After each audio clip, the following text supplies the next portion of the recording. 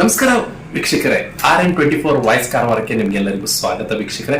ಏನಂದ್ರೆ ನಮ್ಮ ಉತ್ತರ ಕನ್ನಡ ಜಿಲ್ಲೆಯಲ್ಲಿ ದಾಂಡೇಲಿಯಲ್ಲಿ ಅಂದ್ರೆ ಸಿವಿಲ್ ಜಡ್ಜ್ ಎಕ್ಸಾಮ್ ಇತ್ತು. ಅಂದ್ರೆ ಲಾಸ್ಟ್ 2025ಗೆ ಯಾರು ಪರೀಕ್ಷೆಯಲ್ಲಿ ಕೂತ್ಕೊಂಡಿದ್ದರೋ ಸಿವಿಲ್ ಜಡ್ಜಿಗೆ ಇವತ್ತು ರಿಸಲ್ಟ್ ಬಂದಿದೆ. 2026ಕ್ಕೆ ರಿಸಲ್ಟ್ ಬಂದಿದೆ. ಅದರಲ್ಲಿ ನಮ್ಮ ಉತ್ತರ ಕನ್ನಡ ಜಿಲ್ಲೆಯಲ್ಲಿ ಬಹಳಷ್ಟು ಜನರು ದಾಂಡೇಲಿ ಕಡೆ ನೋಡ್ತಾ ಇದ್ದಾರೆ. ಏನಂದ್ರೆ ದಾಂಡೇಲಿಯಲ್ಲಿ ಪದ್ಮಾವತಿ ಅವರು 4 ಅಟೆಂಪ್ಟ್ ಅಲ್ಲಿ ಕೂತ್ಕೊಂಡು ಇವತ್ತು ಸಿವಿಲ್ ಜಡ್ಜ್ ಆಗಿದ್ದಾರೆ. ಅವರ ಮೂಲ ಕಸುಬು ಚಂಗಾರ, ಅಂದ್ರೆ ಚಪ್ಪಲಿ ಹೊಳೆಯುವ ಕೆಲಸ. ಅವ್ರ ಮನೆ ನೋಡಿದ್ರೆ ತೀರಾ ಬಡತನದ ಕುಟುಂಬದವರು ಇವತ್ತು ಸಿವಿಲ್ ಜಡ್ಜ್ ಆಗಿದ್ದಾರೆ. ಅಂದ್ರೆ ನಿಜವಾಗ್ಲೂ ಕ್ಯಾಟ್ಸ್ ಆಫ್. ಇಂಥ ತೀರ ಬಡತನದಿಂದ ಬಂದವರು ದಾಂಡೇಲಿ ತಾಲೂಕಿನವರು, ನಮ್ಮ ಜಿಲ್ಲೆಯ ದಾಂಡೇಲಿ ತಾಲೂಕಿನವರು ಇವತ್ತು ಜಡ್ಜ್ ಆಗಿ, ಸಿವಿಲ್ ಜಡ್ಜ್ ಆಗಿ ಇವತ್ತು ನಮ್ಮ ಜಿಲ್ಲೆಗೆ ಕೀರ್ತಿ ತಂದಿದ್ದಾರೆ. ನಿಜವಾಗ್ಲೂ ನನಗೆ ಬಹಳ ಖುಷಿಯಾಗಿದೆ. ಯಾಕಂದ್ರೆ ನಾನು ಸ್ಟುಡಿಯೋದಲ್ಲಿ ಅಂದ್ರೆ ಅವ್ರ ಹತ್ರ ನಾನು ಮಾತಾಡ್ತಾ ಇದ್ದೇನೆ. ಪದ್ಮಾವತಿ ಮೇಡಮ್ ಅವರು ನಮ್ಮ ಚಾನಲ್ಗೆ ಮಾತಾಡ್ತಾರೆ ಅಂತ ಹೇಳಿದ್ದಾರೆ RN24 ವಾಯ್ಸ್ ಕಾರವಾರಕ್ಕೆ. ಮೇಡಮ್ ನಮಸ್ಕಾರ. RN24 ವಾಯ್ಸ್ ಕಾರವಾರಕ್ಕೆ ನಿಮ್ಗೆ ಸ್ವಾಗತ. ಮೇಡಮ್ ನಮಸ್ಕಾರ. ಮೇಡಮ್ ತುಂಬಾ ಖುಷಿ ಆಗ್ತಾ ಇದೆ. ಯಾಕಂದ್ರೆ ನಾವು ಉತ್ತರ ಕನ್ನಡ ಜಿಲ್ಲೆಯವರು ತುಂಬಾ ಖುಷಿ ಪಟ್ಟವರು. ಯಾಕಂದ್ರೆ ನಿಮ್ಮ ಒಂದು ದೊಡ್ಡ ಕೀರ್ತಿಯನ್ನ ತಂದಿದ್ರಿ, ಕೀರ್ತಿ ಪತಾಕೆಯನ್ನ ಹಾರಿಸಿದ್ರಿ. ಮೇಡಮ್ ನಿಮ್ಗೆ ಬಹಳ ನಮ್ಮ ಜಿಲ್ಲೆ ಪರವಾಗಿ ನಿಮ್ಗೆ ಶುಭಾಶಯನ ಕೋರ್ತಾ ಇದ್ದೇನೆ ಮೇಡಮ್. ನಾನು ನಿಮ್ಮ ಪೂರ್ತಿ ಹೆಸರೇನು ಮ್ಯಾಮ್? ಓಕೆ. ನಮ್ಮ ದಾಂಡೇಲಿಯಲ್ಲೇ ಪ್ರಪ್ರಥಮ ಬಾರಿಗೆ ತಾವು ಸಿವಿಲ್ ಜಡ್ಜ್ ಆಗಿ ಆಯ್ಕೆ ಆದ್ರಲ್ಲ, ಅದೇ ದೊಡ್ಡ ನಮಗೆ ಖುಷಿ. ತಾವು ಚಿಕ್ಕದಿದ್ದಾಗ ಎಜುಕೇಶನ್ ಯಾವ ರೀತಿ ಇತ್ತು ನಿಮ್ದು? ಸಣ್ಣಿದ್ದಾಗ ಅಂದ್ರೆ ಫಸ್ಟ್ ಸ್ಟ್ಯಾಂಡರ್ಡ್ ಇಂದ 10th ವರೆಗೆ? ಕನ್ನಡ.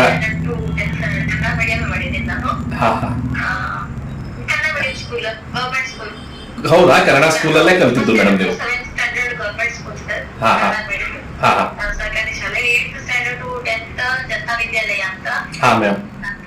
PUC ಬಂಗೂನಗರ ಜೂನಿಯರ್ ಕಾಲೇಜಲ್ಲಿ PUC ಕಂಪ್ಲೀಟ್ ಮಾಡಿದೆ.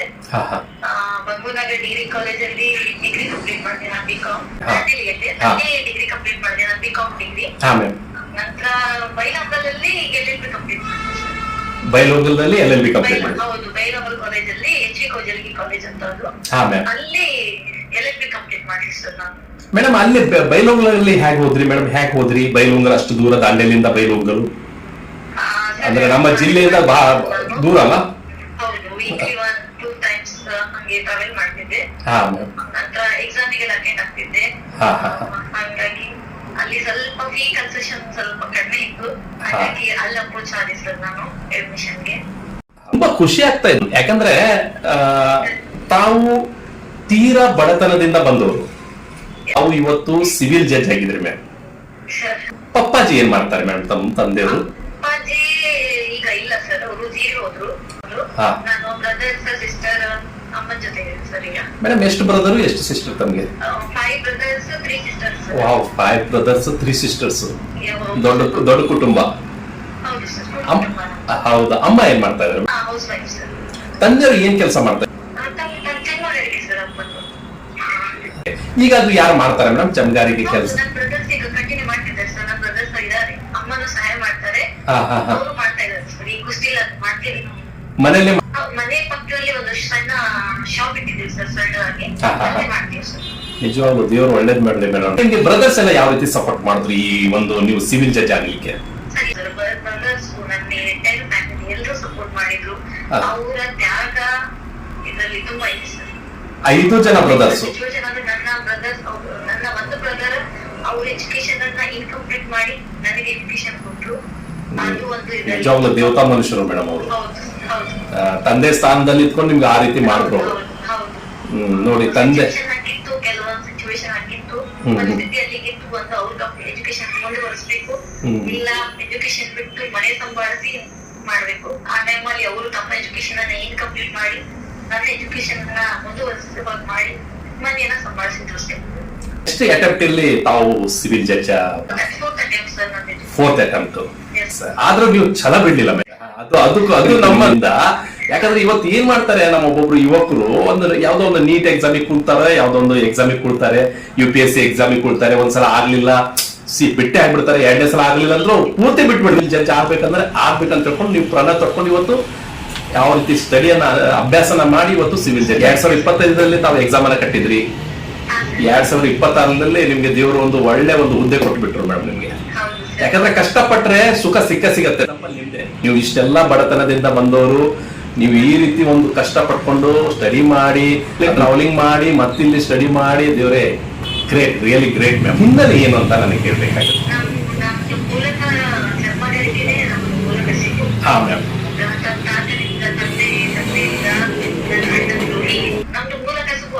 ಹಾ ಹಾ ಅದನ್ನೇ ಮಾಡ್ತಿದ್ವಿ ನಾವು. ಅದರಿಂದನೇ ಇಡೀ ಫ್ಯಾಮಿಲಿ ಬಂದಿದ್ದು. ನಂತರ ನನ್ನ ತಂದೆ ಚಿಕ್ಕ ಪುಟ್ಟ ಬೇರೆ ಕೆಲಸ ಮಾಡಿ ಸಂಸಾರ ಜೀವನ ನಡೆಸಿದ್ರು. ಅದನ್ನ ಬಿಟ್ಟರೆ ಬೇರೆ ಎಂತದ್ದು ನಮ್ಗೆ ಫೈನಾನ್ಸ್ ಸಪೋರ್ಟ್ ಇಲ್ಲ, ಅಷ್ಟೇ ನಮ್ದು. ನೋಡಿ, ಭಾರಿ ಖುಷಿ ಆಗ್ತಾ ಇದೆ ಮೇಡಮ್. ಯಾಕಂದ್ರೆ ದಾಂಡೇಲಿ ನಮ್ಮ ಜಿಲ್ಲೆಯಲ್ಲೇ ಮೇಡಮ್, ಈಗ ತಮ್ಮ ಚಮಗಾರ ಈ ಒಂದು ಸಮಾಜದಿಂದ ತಾವು ಪ್ರಥಮ ಬಾರಿಗೆ ನಮ್ಮ ಜಿಲ್ಲೆಯಲ್ಲಿ ಒಂದು ಪ್ರಥಮ ಮಹಿಳೆ ಇರಬಹುದು ತಾವು ಸಿವಿಲ್ ಜಡ್ಜ್ ಆಗಿದ್ದಲ್ಲ. ಹೌದು ಸರ್, ಎಲ್ಲಾ ನ್ಯೂಸ್ ನೋಡಿದ ಪ್ರಕಾರ ನನಗೂ ಗೊತ್ತಿದೆ ಸರ್. ನಾನು ಸೆಲ್ಫ್ ಆಗಿ ನಾನು ಅದ್ರ ಬಗ್ಗೆ ಎಲ್ಲೂ ಸರ್ಚ್ ಮಾಡ್ಲಿಕ್ಕೆ ಹೋಗಿಲ್ಲ. ನನಗೂ ನ್ಯೂಸ್ ಪ್ರಕಾರ ಅಷ್ಟೇ ಗೊತ್ತಿದೆ ಸರ್, ಪ್ರಥಮ ಮಹಿಳೆ ಅಂತ. ಆದ್ರೆ ಇವತ್ತಿನ ಯುವ ಪೀಳಿಗೆಗೆ ತಾವೊಂದು ಮಾದರಿ ಆಗಿದ್ರಿ. ಯಾಕಂದ್ರೆ ತಾವು ಖುಷಿ ಇದೆ ಸರ್. ಮುಂದಿನ ಗುರಿ ಮತ್ತೆ ನಿಮ್ಮ ಒಂದು ಈ ಸಿವಿಲ್ ಜಡ್ಜ್ ಆಗಿ ಮುಂದಿನ ಗುರಿ ಏನು ಮೇಡಮ್? ಗುರಿ ನಾನು ನ್ಯಾಯ ಮತ್ತೆ ಸಮಾನತೆ ಜೊತೆ ಕೆಲಸ ಮಾಡು, ಅದೇ ನನ್ನ ಸೇವೆ, ಅದೇ ನನ್ನ ಗುರಿ. ನ್ಯಾಯ ಮತ್ತು ಸಮಾನತೆ ಬಗ್ಗೆ ಏನ್ ಕೆಲಸ ಮಾಡ್ತೀನಲ್ಲ, ಅದೇ ನನ್ನ ಗುರಿ ಸರ್, ಅದೇ ನನ್ನ ಉದ್ದೇಶ. ಅಪ್ಪಾಜಿ ಇದ್ರೆ ಭಾರಿ ಖುಷಿ ಪಡ್ತಿದ್ರು. ಭಾರಿ ಅಂದ್ರೆ ಭಾರಿ ಖುಷಿ ಪಡ್ತಿದ್ರು. ಆದ್ರೂ ಅವರು ಸ್ವರ್ಗದಿಂದ ಆಶೀರ್ವಾದ, ಅವರು ಬ್ಲೆಸ್ಸಿಂಗ್ ಇಂದಾನು ನಾನು ಇಲ್ಲಿಗೆ ಬಂದಿದ್ದೇನೆ. ಅದು ನನ್ನ ಜೊತೆ ಇದ್ದೇ ಇದೆ. ಈಗ ಅವರು ಇದ್ದಾರೆ ಅನ್ನೋದೇ. ಸ್ಪೋರ್ಟ್ಸ್ ಎಲ್ಲ ಹೇಗಿದ್ರಿ? ಸ್ಪೋರ್ಟ್ಸ್ ಅಲ್ಲಿ ಎಲ್ಲ ಸ್ಕೂಲ್ ಕಾಲೇಜಲ್ಲಿ ತಾವು ಸ್ಪೋರ್ಟ್ಸ್ ಅಲ್ಲಿ ಅಷ್ಟೆಲ್ಲ ಇಲ್ಲ ಸರ್, ನಾನು ಜಾಸ್ತಿ ಇಲ್ಲ. ಹೈಸ್ಕೂಲ್ ವರ್ಗೂ ಇದ್ದೆ ಸರ್, ರನ್ನಿಂಗ್ ಅಲ್ಲಿ ಇದ್ದೆ ಅಷ್ಟೇ. ಜಾಸ್ತಿ ರನ್ನಿಂಗ್ ಅಲ್ಲಿ ಇದ್ದೆ ಸರ್ ನಾನು ಸ್ಪೋರ್ಟ್ಸ್ ಅಲ್ಲಿ. ಬಿಟ್ರೆ ಜಾಸ್ತಿ ಆಕ್ಟಿವಿಟಿ ಇಲ್ಲ. ನಾನು ಜಾಸ್ತಿ ಸೋಷಿಯಲ್ ಇರ್ಲಿಲ್ಲ ಸರ್ ನಾನು. ಅಂದ್ರೆ ಕಾಲೇಜ್ ಇರ್ಲಿ, ಸ್ಕೂಲ್ ಇರ್ಲಿ, ಎಲ್ಲರೂ ಜಾಸ್ತಿ ಸೋಷಿಯಲ್ ಇರ್ಲಿಲ್ಲ ಸರ್. ನನ್ನ ಮನೆ ಆಯ್ತು, ನನ್ನ ಸ್ಕೂಲ್, ಕಾಲೇಜ್. ಮತ್ತೆ ಸಿಸ್ಟರ್ಸ್ ಇದ್ದಾರಲ್ಲ, ಇಬ್ರು ಜನ, ಅವ್ರು ಏನ್ ಮಾಡ್ತಾ ಇದ್ದಾರೆ? ಎಲ್ಡರ್ ಸಿಸ್ಟರ್ ಇದ್ದಾರೆ ಸರ್, ಅವ್ರ ಮ್ಯಾರೇಜ್ ಆಗಿದೆ. ಎಲ್ಡರ್ ಸಿಸ್ಟರ್ ಇದ್ದಾರೆ, ಅವರು ಟೀಚಿಂಗ್ ಮಾಡ್ತಾರೆ ಸರ್, ಪ್ರೈವೇಟ್ ಟೀಚರ್ ಇದ್ದಾರೆ. ಅವರೆಲ್ಲ ಭಾರಿ ಖುಷಿ ಪಟ್ಟಿರ್ಬೇಕಲ್ಲ. ಹೌದು ಸರ್. ನನ್ನ ಒಬ್ಬರು ತಂಗಿ ಇಷ್ಟು ಒಳ್ಳೆ ಒಂದು ಪಾಸ್ ಆಗಿ ಇಷ್ಟು ದೊಡ್ಡ ಒಂದು ಹುದ್ದೆಗೆ ಬಂದಿದ್ದಾರೆ ಅಂತ. ಹೌದು ಸರ್, ಖುಷಿ ಇದೆ. ಹೌದು. ತಾವು ಡಿಗ್ರಿಯಲ್ಲಿ ಎಷ್ಟು ಪರ್ಸೆಂಟೇಜ್ ಅನ್ನ ತಗೊಂಡಿದ್ರಿ? ಮತ್ತೆ SLC PU ಅಲ್ಲಿ ಎಷ್ಟು ಪರ್ಸೆಂಟೇಜ್ ಅಂತ ತಗೊಂಡಿದ್ರಿ? ನಿಮ್ಮ ಹಾಬಿ ಚಿಕ್ಕಿದ್ರಿಂದ ತಾವು ಜಡ್ಜ್ ಆಗ್ಬೇಕಂತ ಏನಾರ ಹಾಬಿ ಇರ್ತಾರೆ? ಅದು ಇರ್ಲಿಲ್ಲ. ನಾನು 78% SSLC ಅಲ್ಲಿ ತಗೊಂಡಿದ್ದೆ ಸರ್. ಹಾ ಮ್ಯಾಮ್. ಅಲ್ಲಿ ನಂದು ಸ್ಟಾರ್ಟ್ ಆಯ್ತು ಸರ್ ಎಜುಕೇಶನ್ ಜರ್ನಿ. ಸ್ಟ್ರಾಂಗ್ ಆಯ್ತು ಅಲ್ಲಿ. ನನ್ನ ಮನೆಯವರು ಅಲ್ಲಿ ನನಗೆ ಜಾಸ್ತಿ ಒತ್ತು ಕೊಟ್ರು ಎಜುಕೇಶನ್ಗೆ. ಪರ್ಸೆಂಟೇಜ್ ಸ್ವಲ್ಪ ಜಾಸ್ತಿ ಮಾಡಿದ್ದಾರೆ. ಆ ಟೈಮಲ್ಲಿ 78 ಅಂತ ದೊಡ್ಡದು ಸರ್. ಸೊ ಜಾಸ್ತಿ ಒತ್ತು ಕೊಟ್ರು, ನೀನ್ ಮಾಡು ಅಂತ. ನಂತರ ಈ ಡಿಗ್ರಿಯಲ್ಲಿ ನಂದು 70% ಸರ್, ನಾನು ಅಷ್ಟು ಶೋರ್ ನೆನಪಿಲ್ಲ. 78% ಸಮಥಿಂಗ್ ಆಗಿತ್ತು ಡಿಗ್ರಿಯಲ್ಲಿ. ನಂತರ ನನಗೆ ನಾನು BCom ಮಾಡಿದ್ದೆ, ನಾನು ಬ್ಯಾಂಕ್ ಎಂಪ್ಲಾಯಿ ಆಗ್ಬೇಕಂತ ಸರ್. ಬ್ಯಾಂಕ್ ಎಂಪ್ಲಾಯ್ ಕೂಡ ಆಗಿದ್ರು? ಸಿವಿಲ್ ಜಡ್ಜ್ ಕಾನ್ಸೆಪ್ಟ್ ನನಗೆ ಇರ್ಲಿಲ್ಲ. ನಾನು ಬ್ಯಾಂಕ್ ಎಂಪ್ಲಾಯಿ ಆಗ್ಬೇಕಂತ BCom ಚೂಸ್ ಮಾಡಿದ್ದೆ. BCom ನಾನು ಅಕೌಂಟಿಂಗ್ಗೆ. ನಂತರ ಅಲ್ಲಿ 1 year 8 months to 1 year ಅಷ್ಟೇ ಸರ್. ಅಷ್ಟರಲ್ಲಿ ನನ್ನ ಬ್ರದರ್ ಮತ್ತೆ ಅದು ಬೇಡ ಕರ್ಕೊಂಡು ಬಂದು ಮತ್ತೆ ನನಗೆ LLB ಜಾಯಿನ್ ಮಾಡಿದ್ರು ಸರ್. ಗುಡ್ ಆಯ್ತು. ಫೋರ್ತ್ ಅಟೆಂಪ್ಟ್ ಅಲ್ಲಿ ನೀವು ಎಕ್ಸಾಮ್ ಕೂತ್ಕೊಂಡ್ರಲ್ಲ 2025 ಅಲ್ಲಿ, ಈ ಸಲ ನೀವು 100% ಪಾಸ್ ಆಗ್ತಿದ್ರ ಅಂತ ಗೊತ್ತಿತ್ತು? ಕಾನ್ಫಿಡೆನ್ಸ್ ಇರ್ಲಿಲ್ಲ. ಪ್ರಯತ್ನ ಮಾಡ್ಬೇಕನ್ನೋ ಸಂಪೂರ್ಣ ಪರಿಶ್ರಮ ನಾನು ಮಾಡಿ, ಪ್ರಯತ್ನ ಇರ್ಲೇಬೇಕು. ಪರಿಶ್ರಮ ಅಂತೂ ಹಾಕಿದೆ ನಾನು. ಪ್ರಯತ್ನ 100% ಹಾಕ್ಬೇಕನ್ನೋ ಒಂದು ಕಾನ್ಸೆಪ್ಟ್ ಇತ್ತು ನಂದು. ನಾನು ಅದನ್ನ ಮಾಡಿದೆ. ಅದಕ್ಕೆ ನನ್ನ ಕಲೀಗ್ಸು, ನಂದು ಕಂಬೈನ್ ಸ್ಟಡಿ ಮಾಡಿದ್ವಿ ನನ್ನ ಕಲೀಗ್ಸ್, ನಾನು ಅದು ನನ್ನ ಸೀನಿಯರ್ಸು, ನನ್ನ ಸೀನಿಯರ್ಸು, ನನ್ನ ಕಲೀಗ್ಸು, ಈಗ ನನ್ನ ಫ್ರೆಂಡ್ಸ್ ತುಂಬಾ ಜನ ಸಪೋರ್ಟ್ ಮಾಡಿದ್ರು. ನನ್ನ ಫ್ಯಾಮಿಲಿ ಇವರೆಲ್ಲರೂ ಸಹಕಾರ ಕೊಟ್ಟರು ಸರ್ ನನಗೆ. ಅದು ತುಂಬಾ ಹೆಲ್ಪ್ ಆಯ್ತು ನನಗೆ. ಸೊ ಡೆಡಿಕೇಶನ್ ಇನ್ನೂ ಸ್ಟ್ರೆಸ್ ಬಂತು. ನಾನು ಎಷ್ಟು ಡೆಡಿಕೇಶನ್ ಕೊಡ್ತಿದ್ದೆ ಅದಕ್ಕೆಲ್ಲ ಸ್ಟ್ರೆಂತ್ ಬಂತು ನನಗೆ, ಅವರೆಲ್ಲ ಸಪೋರ್ಟ್. ನಾನು ದಾಂಡೇಲಿ ಕೇಳಿದೆ ನಿಮ್ ಬಗ್ಗೆ, ವಕೀಲರ ಸಂಘಕ್ಕೂ ಕೇಳಿದೆ, ಭಾರಿ ಒಳ್ಳೆಯವ್ರು ಕೊಂಡಿರ್ತಾರೆ ಎಲ್ಲರೂ ಕೂಡ. ನಿಮ್ಮ ಗುಣದಿಂದಲೇ ಅದು ಒಂದು ದೊಡ್ಡ ಹುದ್ದೆ ಸಿಕ್ಕಿದೆ. ಅಲ್ಲೇ ಒಂದು ಬಡ ಕುಟುಂಬದಿಂದ ಬಂದ್ಕೊಂಡು, ಜಂಗಾರಿಂದ ಬಂದ್ಕೊಂಡು ಇಷ್ಟು ದೊಡ್ಡ ಒಂದು ಹುದ್ದೆನ ತಗೊಂಡಿದ್ದೀರಲ್ಲ ಮೇಡಮ್, ಅದೇ ಒಂದು ನಮ್ಗೆ ಬಹಳ ಖುಷಿಯಾಗಿದೆ. ನಾನಂತೂ ತುಂಬಾ ತುಂಬಾ ತುಂಬಾ ಖುಷಿ ಪಟ್ಟಿದ್ದೇನೆ ನೋಡಿ ಮೇಡಮ್. ನಿಮ್ಮ ಒಂದು ಈ ಸೋಷಿಯಲ್ ಮೀಡಿಯಾದಲ್ಲಿ ನಿಮ್ದು ಬಂತು, ಟಿವಿ ಮಾಧ್ಯಮದಲ್ಲೂ ಬಂತು, ಪತ್ರಿಕೆದಲ್ಲೂ ಬಂತು. ನಿಜವಾಗ್ಲೂ ನಾನಷ್ಟು ಖುಷಿ ಪಟ್ಟಿದ್ದೆ ನೋಡಿ, ನಿಮ್ಮ ಅಣ್ಣ ತಮ್ಮಂದಿರು ಅಷ್ಟೇ ಖುಷಿ ಪಟ್ಟಿರ್ಬೇಕು, ಅಷ್ಟು ನಾನು ಖುಷಿ ಪಟ್ಟಿದ್ದೆ ನಿಮ್ ಬಗ್ಗೆ. Thank you. ದೇವರು ನಿಮ್ಗೆ ಆಯುಷ್ಯ ಕೊಡ್ಲಿ. ನಿಮ್ಮ ತಾಯಿ ಕೂಡ ನಾನು ವೆಲ್ ವಿಷರ್ ಆಗಿದ್ದಾರೆ ಮೇಡಮ್. ಯಾಕಂದ್ರೆ ಇಂಥ ಹುಡುಗಿ ಪಡಿಲಿಕ್ಕೂ ನಿಮ್ ತಂದೆ ತಾಯಿಯವರು ಕೂಡ ಪುಣ್ಯ ಮಾಡಿರ್ಬೇಕು. ಮತ್ತೆ ನಿಮ್ಮ ಬ್ರದರ್ಸಿಗೂ ನನ್ನ ಬ್ಲೆಸಿಂಗ್ ಮೇಡಮ್. ಯಾಕಂದ್ರೆ ಅಷ್ಟು ಕಷ್ಟ ಪಟ್ಕೊಂಡು ನಿಮ್ಮನ್ನ ಓದಿ ಈ ರೀತಿ ಇಷ್ಟು ದೊಡ್ಡ ಒಂದು ಸಿವಿಲ್ ಜಡ್ಜ್ ಮಾಡಿದ್ದಾರೆ ಅವರು. ನಿಜವಾಗ್ಲೂ ಅವ್ರಿಗೂ ಕೂಡ ನಾನು ಹ್ಯಾಟ್ಸ್ ಆಫ್ ಹಾಕಿರ್ತೀನಿ. ಯುವಕರಿಗೆ ಏನ್ ಹೇಳಿಕ್ಕೆ ಇಷ್ಟಪಡ್ತೀರಾ ಮ್ಯಾಮ್? ಅದಕ್ಕೆ ಮಹತ್ವ ಕೊಡಿ, ಅದಕ್ಕೆ ಒತ್ತು ಕೊಡಿ, ನಿಮ್ಮನ್ನ ಉತ್ತಮಕ್ಕೆ ವಹಿಸಿ ಅಂತ ಹೇಳ್ತೀನಿ.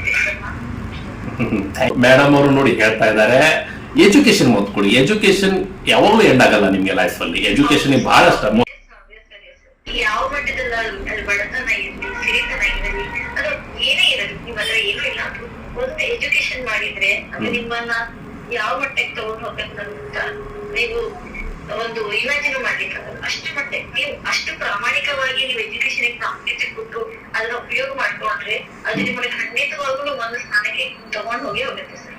ಫಾರ್ ಎಕ್ಸಾಂಪಲ್ ನೀವೇ ಇದ್ದೀರಿ ಮೇಡಮ್. ಓಕೆ ಮೇಡಮ್, ಒಳ್ಳೇದಾಗ್ಲಿ, ನಿಮ್ದು ಭವಿಷ್ಯ ಉಜ್ವಲವಾಗ್ಲಿ ಅಂತ ಹೇಳ್ಕೊಂಡು ಹಾರಿಸ್ತೇನೆ ಮೇಡಮ್. ನಮಸ್ಕಾರ ಮೇಡಮ್. ನಮಸ್ತೆ. ನಮ್ಮ RN24 ವಾಯ್ಸ್ ಕಾರವಾರದಿಂದ ನಿಮ್ಗೆ ಸ್ವಾಗತ ಬ್ರದರ್. ಏನಿಲ್ಲ, ನನಗೆ ಬಹಳ ಅಂದ್ರೆ ನನಗಷ್ಟೇ ಅಲ್ಲ, ಇಡೀ ನಮ್ಮ ಜಿಲ್ಲೆಯಲ್ಲಿ ಬಹಳಷ್ಟು ಖುಷಿ ಪಟ್ಟಿದ್ದಾರೆ. ನಿಮ್ಮ ಸಿಸ್ಟರ್, ನಿಮ್ಮ ತಂಗಿ ಇವತ್ತು ಸಿವಿಲ್ ಜಡ್ಜ್ ಆಗಿದ್ದಾರೆ. ಅದಕ್ಕೆಲ್ಲ ಪುಷಿಂಗ್ ಅಂದ್ರೆ ನೀವೇ ಅಂತೆ ಮೂಲ ಕಾರಣ. ನಿಜವಾಗ್ಲೂ ನಿಮ್ಗೆ ದೇವರ ಆಯುಷ್ಯ ಕೊಡ್ಲಿ ಬ್ರದರ್. ನಮ್ಮ ಸ್ವಂತ ಅಣ್ಣ ಇವತ್ತು ತನ್ನ ತಂಗಿಯನ್ನ ಈ ರೀತಿ ಒಂದು ಸಿವಿಲ್ ಜಡ್ಜ್ ಆಗಿ ಮಾಡಿದಾರೆ ಅಂದ್ರೆ ತುಂಬಾನೇ ಖುಷಿ ಬ್ರದರ್. ತಂಗಿಂದರಿಗೆ ಅಕ್ಕಂದರಿಗೆ ಅಂತ ಮಾದರಿ ನಮ್ಮ ಅಣ್ಣನೇ ಅಂತ ನಾನು ಹೇಳಿಕ್ಕೆ ಇಷ್ಟಪಡ್ತೇನೆ ಬ್ರದರ್. ತಮ್ಮ ಹೆಸರೇನು ಬ್ರದರ್? ಆಮೇಲೆ ತಾವೇನ್ ಮಾಡ್ಕೊಂಡಿದ್ದೀರಿ ಮಲ್ಲೇಶ್ ಸರ್? ಸರ್ ನಾನು ನಮ್ದು ನಮ್ಮ ತಂದೆ ಅವರು ನಮ್ಮ ತಾತ ಅವರೆಲ್ಲ ಚಮಾರಿಗೆ ಚಪ್ಪಲಿ ಕೆಲಸ ಮಾಡ್ತಾ ಇದ್ರು ಸರ್. ನಾನು ಅದ್ರ ಜೊತೆಗೆ ಅಲ್ಲಿ ಸಣ್ಣ ಪುಟ್ಟ ಕೆಲಸ ಎಲ್ಲ ಮಾಡ್ಕೊಂಡು ಮಾಡ್ತಾ ಇದ್ದೇನೆ ಸರ್. ನಾನು ಅದನ್ನ ಈಗ 5 ವರ್ಷ ಕೆಳಗಡೆ ನಮ್ಮ ತಂದೆ 2020 ತೀರೋದು ಸರ್. ತೀರೋದ ನಂತರ ನಾನು ನನ್ನ ತಮ್ಮ ಏನೊಬ್ಬಿದ್ದಾನೆ, ಇಬ್ರು ಸೇರಿ ಮನೆ ಜವಾಬ್ದಾರಿ ಇರುತ್ತೆ. ನಮ್ಮ ತಂಗಿ ಓದಿ ಎಲ್ಲ ನಾವು ಇದು ಮಾಡಿ ಜೀವನ ನಡೆಸ್ತಾ ಇದ್ದೀವಿ ಸರ್ ನಾವು. ಓಕೆ, ಖುಷಿ ಪಟ್ಟೆ ನಾನು. ಯಾಕಂದ್ರೆ ತಂದೆಯವ್ರ ಕಸುಬನ್ನ ನೀವು ಕಂಟಿನ್ಯೂ ಮಾಡ್ತಾ ಇದ್ದೀರಾ. ಮಾಡ್ತಾ ಇದ್ದೀವಿ ಸರ್. ಮತ್ತೆ ಅದರಿಂದ ಸಹಾಯ ಮಾಡ್ತಾರೆ ಸರ್. ನಾವಿಲ್ಲ ಅಂದ್ರೆ ನಮ್ಮ ತಾಯಿನೂ ಅವರು ನಮ್ಗೆ ಸಹಾಯ ಮಾಡ್ತಾರೆ ಅಂಗಡಿ. ಆದ್ರೂ ಅದೇ ಒಂದು ಉದ್ಯಮದಿಂದ, ಅದೇ ಒಂದು ಬಿಸ್ನೆಸ್ ಇಂದ, ಅದೇ ಒಂದು ಕೆಲಸದಿಂದ ತಾವು ಒಂದು ತಂಗಿಗೆ ಈ ರೀತಿ ಒಂದು ಒಳ್ಳೆ ಒಂದು ಮಾರ್ಗದರ್ಶನ ನೀಡಿದ್ರಲ್ಲ. ಅಂದ್ರೆ ಅವ್ರಿಗೆ ಕಳಿಸಿ LLB ಮಾಡಿ ಇವತ್ತು ಒಂದು ಎಕ್ಸಾಮಿಗೆ ಕುಳಿಸಿ ಸಿವಿಲ್ ಜಡ್ಜ್ ಮಾಡಿದ್ರಲ್ಲ. ನಿಜವಾಗ್ಲೂ ನಿಮ್ಗೆ ನಮ್ಮ ಇದರಿಂದ ಜಿಲ್ಲಾ ವಿದ್ಯಾರ್ಥಿ ಒಕ್ಕೂಟದಿಂದ ನಿಮ್ಗೆ ಹಾರ್ದಿಕ ಶುಭಾಶಯ ಬ್ರದರ್. ಮ್ಯಾರೇಜ್ ಆಗಿದೆ ಬ್ರದರ್? ತಮ್ಗೆ ಇವತ್ತು ತಾವು ಮ್ಯಾರೇಜ್ ಆಗಿದೆ, ಅದ ಪತ್ನಿಯವರು ಕೂಡ ಇವತ್ತು ಸಿವಿಲ್ ಜಡ್ಜ್ ಅವ್ರಿಗೂ ಸಪೋರ್ಟ್ ಮಾಡಿದ್ರು ನೋಡಿ. ನಿಜವಾಗ್ಲು ಇದು ಭಾರಿ ಒಳ್ಳೇದು ನೋಡಿ. ಇದು ನಮ್ಗೆ ಇದು ಬೇಕು. ಈಗ ಈ ಒಂದು ಯುಗದಲ್ಲಿ ಇಂಥವ್ರು ಬೇಕು. ಇಂಥವ್ರು ನಮ್ಗೆ ಬಹಳ ಸೇರ್ತಾರೆ ಬ್ರದರ್. ನಿಜವಾಗ್ಲು ನಿಮ್ ಕುಟುಂಬ ಬಹಳ ಸೇರಿತು ನನಗೆ ಬ್ರದರ್. ನಿಜವಾಗ್ಲು 2000 ಈ ಕುಟುಂಬ ಎಲ್ಲರಿಗೂ ಮಾದರಿ ಆಗ್ಬೇಕು ಬ್ರದರ್. ಇವತ್ತು ನೋಡಿ ಆಸ್ತಿ ಸಲುವಾಗಿ ಜಗಳ ಮಾಡ್ಕೊಳ್ತಾರೆ, ಅಣ್ಣ ತಮ್ಮಂದ್ರೆ ಹೊಡ್ಕೊಳ್ತಾರೆ, ತಂದೆ ತಾಯಿಗೆ ಹೊಡ್ಕೊಳ್ತಾರೆ.